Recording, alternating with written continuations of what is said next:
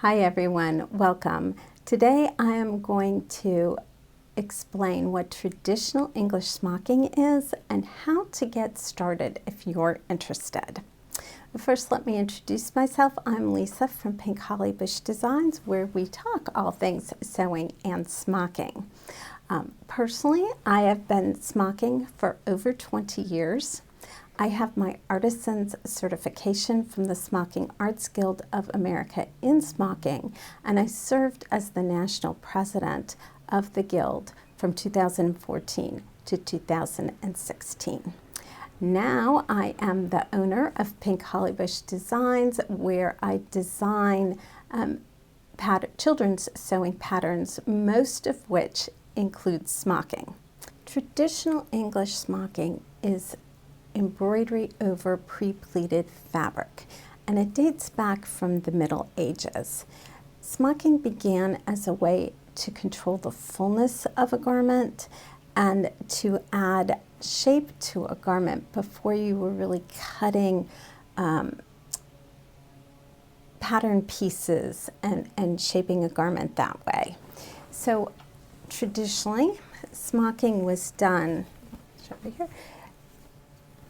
at the neckline to gather in the fullness.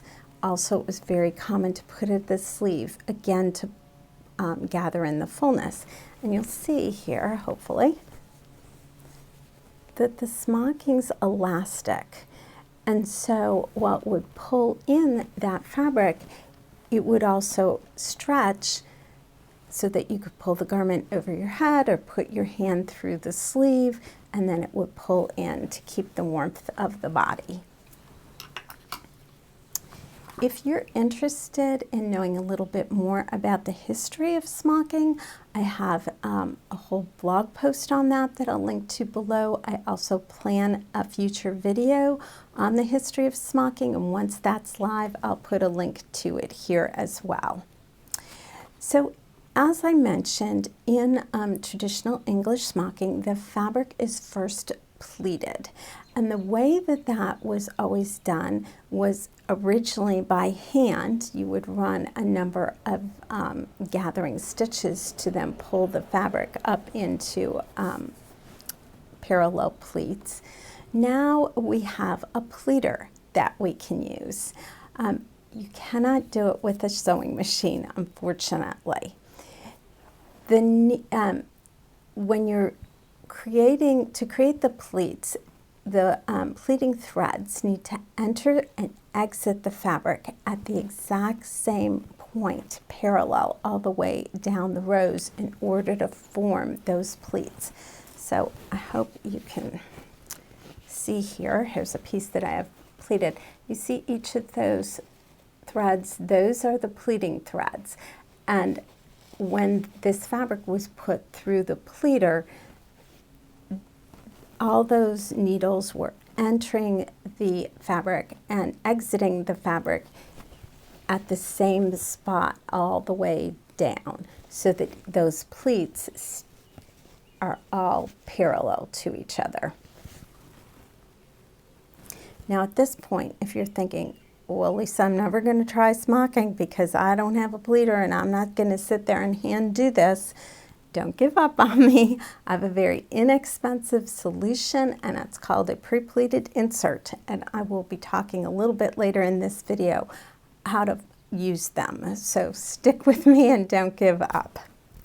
Okay, once you put the pleating threads in, traditionally smocking is gathered up at a 3-to-1 ratio. So what that means is 3 inches of unpleated fabric is gathered up to 1 inch. Smocking by its nature is very geometric, okay? Because each stitch goes through each pleat once on the basic stitches. With some of the advanced stitches, you actually go through each pleat twice. But as you're smocking, you are starting from the left and smocking to the right if you're right-handed, or you're starting at the right and smocking over to the left if you're left-handed, and going through each pleat as you move along. You also can be traveling up and down along the rows depending on the stitch. And for that reason, there is, you do not have to transfer the smocking design to the fabric as you do in many forms of embroidery. Instead, you just read the smocking graph. And on the smocking graph, each row on the graph corresponds to one of the pleating threads, and each vertical line on the graph corresponds to a pleat. So it's very easy to read the graph and to know where the stitches need to go. You never have to get the actual pattern onto the fabric. And of course, I do have a whole video. Again, we'll link to it on how to read a smocking graph. The bottom, the space between two pleats, is called the valley. If you think of that pleat itself as a mountain, when the stitch enters, when the needle enters to do the stitch, your needle, you're always going to keep it horizontal. You're going to move across from one pleat to the next, and your needle is going to enter the pleat or the mountain about 1/3 of the way down the mountain. In other words, the needle doesn't go down to the bottom of the valley. The embroidery stitches stay up on top on the surface of the pleats. That's part of what provides that elasticity, because the embroidery holding the pleats together is on the top. That lets the bottom of the pleats stretch out and then bounce back. Once all the smocking stitches are done, the pleating threads are actually removed, because those pleating threads are down there at the bottom of the valley, and they're stopping the smocking from being elastic. So you need to take them out, and then that lets the smocking expand and contract. There are 3 basic stitches: the cable, the wave, and the trellis. Now the cable stitch moves straight across the row from left to right if you're right-handed, or right to left if you're left-handed. And as you're making that stitch, the thread is going to alternate between being above and then below the needle. The wave and the trellis are called traveling stitches, because as you're going from pleat to pleat, you're also moving up and down amongst the rows. Now, as you do those stitches, the basic rule is that the needle leads and the thread follows. So if you're moving down a row, your needle's going first, your thread will stay up here above the needle. So as I'm moving down to the next row, my thread's always above. If you're moving up, again, the needle's leading, the thread's coming up from behind.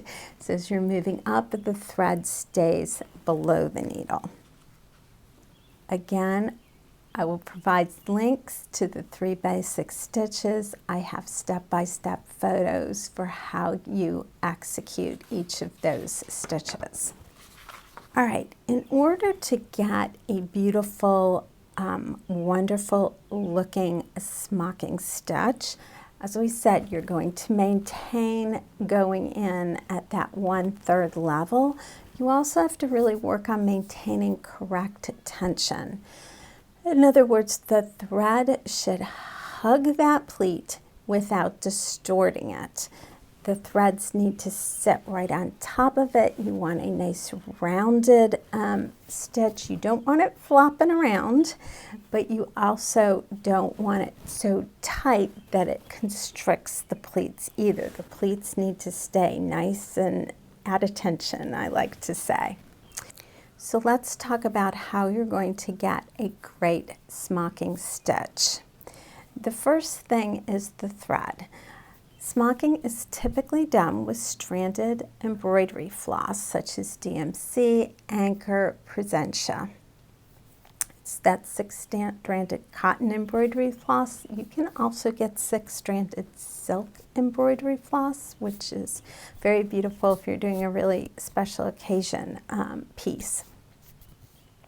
With the 6-stranded embroidery floss, we typically use 3 strands for geometric smocking and 4 strands for what's known as stacked cables. Now, stacked cables is just doing the cable stitch and mirroring it so that you're putting it right up against each other, rows of cable. And by doing that, that's how you form the cute pictures in picture smocking. So let me just show you. So this is picture smocking, and the entire design is formed with that cable stitch.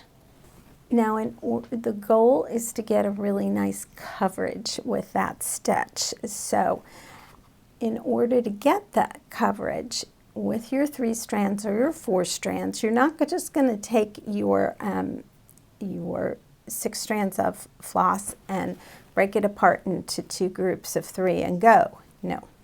You want to make sure that you separate your floss into 6 individual strands and that you smooth them.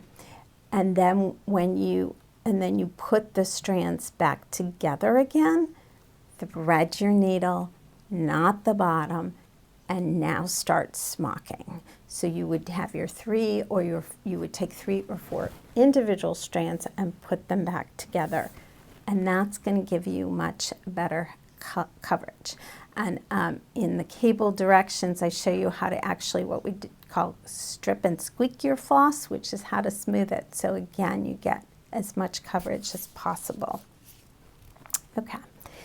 The next thing you need is the correct needle. So you want a needle with a sharp point that's going to pierce the fabric for you.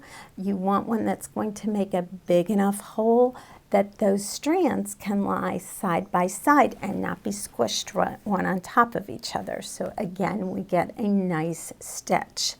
So traditionally, the number 7 or the number 8 embroidery needle, also known as a crewel needle, was used. The other needle that is extremely popular and is my preference is the number 7 darner.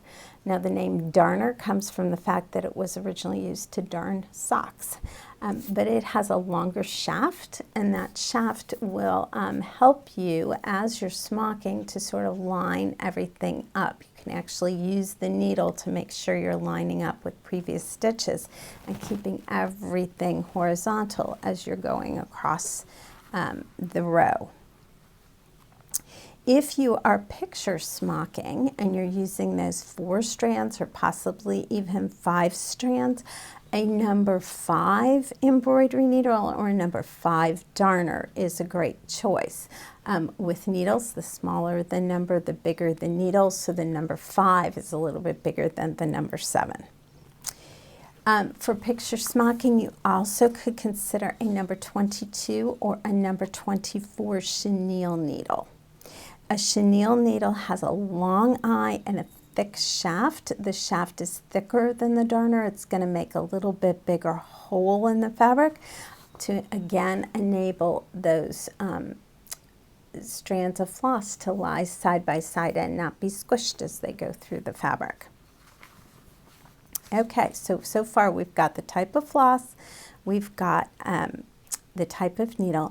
Now you need to use the correct fabric. Okay, so there's a lot of different fabrics that you can use for smocking. But for your first project, if you're just getting started, you want a fabric that's easy to pleat and easy to smock. And those are not necessarily the same thing. A very loosely woven fabric is probably the easiest thing to pleat, but then it's going to give you pleats that are kind of floppy. That's not easy to smock.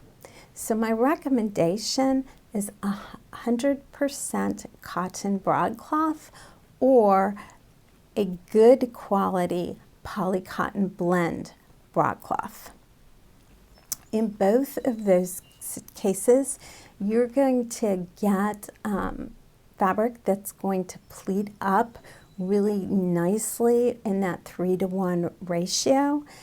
And you're also going to have a really nice garment fabric that's going to have some nice drape to it. If you're going with the poly cotton blend, then I recommend Imperial broadcloth by Speckler Vogel, or the poly cotton blend by Fabric Finders. And those are two manufacturers that make an excellent product. What you often get labeled broadcloth in a big box store is really not a great quality. So just to warn you about that.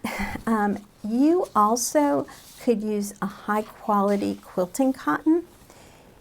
A high quality quilting cotton such as a Kona cotton or Moda or Art Gallery is going to give you excellent pleats to smock on. You're not going to have as much and as nice a drape for the finished garment if you go with either of those. Kona cotton is what I use for the inserts that I sell for the ornaments. Going to be talking about those in a minute. And I love the pleats that I get for it. They're very crisp pleats and you can stitch on them really nicely. I'm not recommending a lawn or a batiste for your first garment, although those are traditional fabrics that you smock with. The reason for that is they are both thinner. You often will need more than that 3-to-1 ratio. As an experienced smocker, you'll know how to adjust for that, but you might not your first time around. So I recommend you go with the broadcloth or a good quality quilting cotton for that first garment.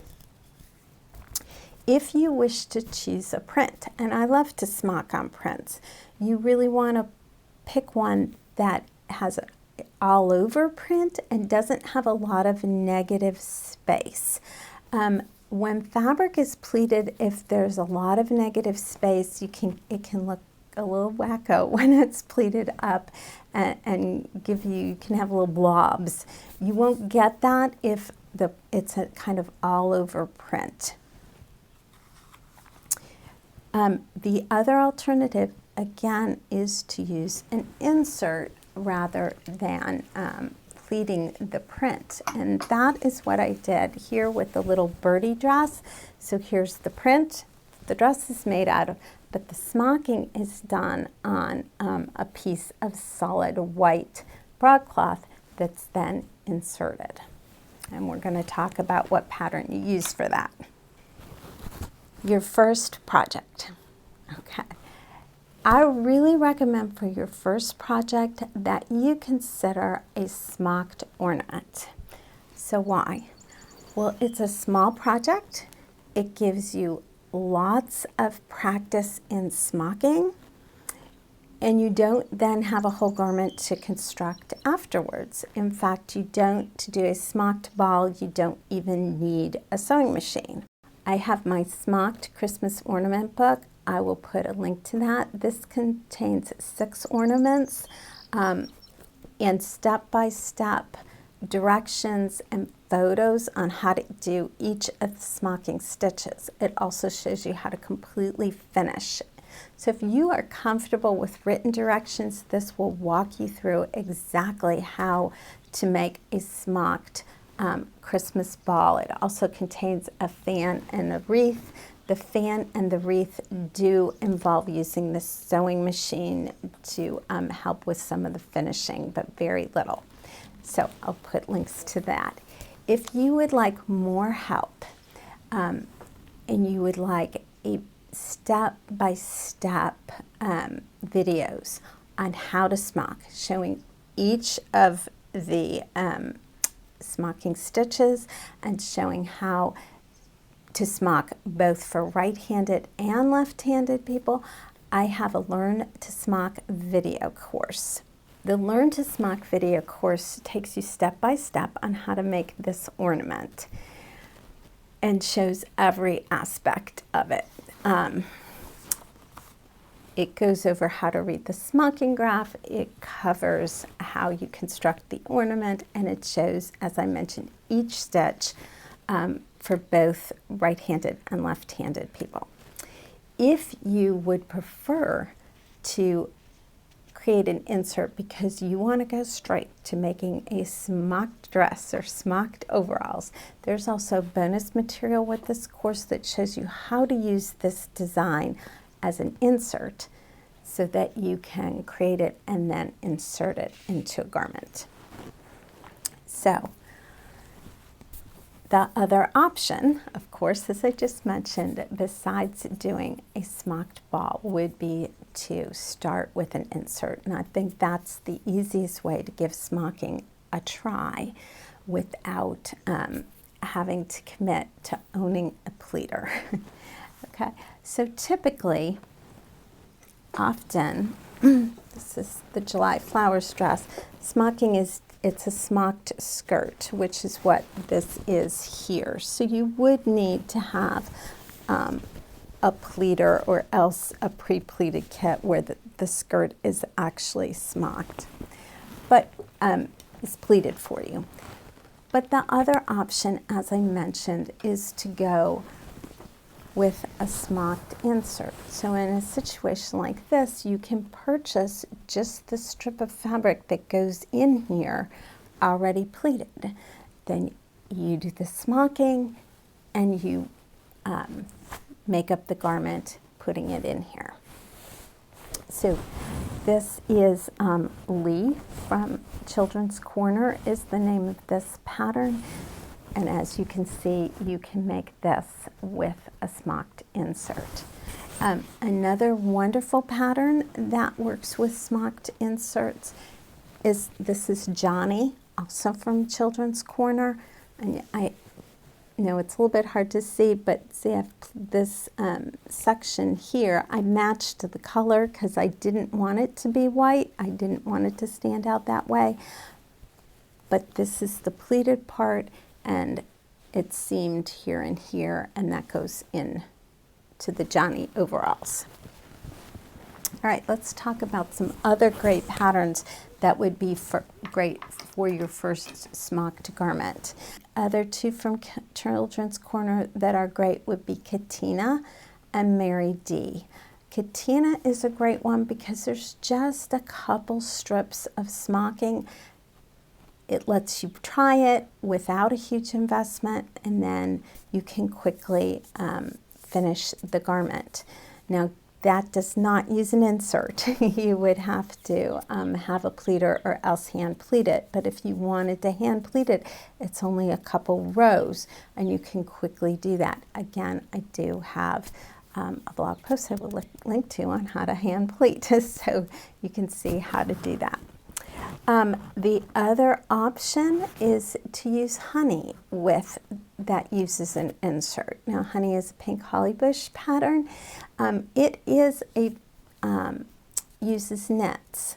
Now, I do not recommend that you smock on knit for your first garment. Again, smocking on knit pleats really easily, but smocking on knit is a little bit tricky to get that great coverage over the knit. But honey also uses an insert. You can use a broadcloth insert or a Kona cotton insert and then make the rest of the dress from knit. And the pattern, that is view B of the pattern, and it explains in the pattern exactly how to do it. Okay, other options. Mary D from Children's Corner, again, requires is a smock skirt, but it's a very easy pattern to construct, so I recommend that. There's no collar. It's a very simple jumper. It's also very easy to modify to put an insert in it. It does not have directions on how to do that, but again, another blog post, how to modify a dress to include an insert. And I'll put a link to that as well. You would need to do that for both Lee or Mary D. Okay, other options.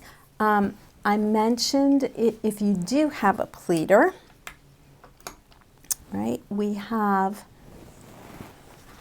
July Flowers, which has the pleated skirt. This is a woven. The wonderful thing about this is, I will put a link, I have a complete series of videos showing every single step on how to make this pattern. It is completely free. It is right here on YouTube. I will link to it, and you can check out how to make this dress. Besides July Flowers, we have Twirly Skirt. Now, Twirly Skirt, again, can be made in a knit or woven. For first garment, I would recommend you do it in a woven. And Twirly Skirt comes, I have it in here. Twirly Skirt comes with pockets. Maybe, oh, I didn't, yep, didn't put, oh, there they are. There we are. There's the pocket. It's right in there. Okay, and you can see that.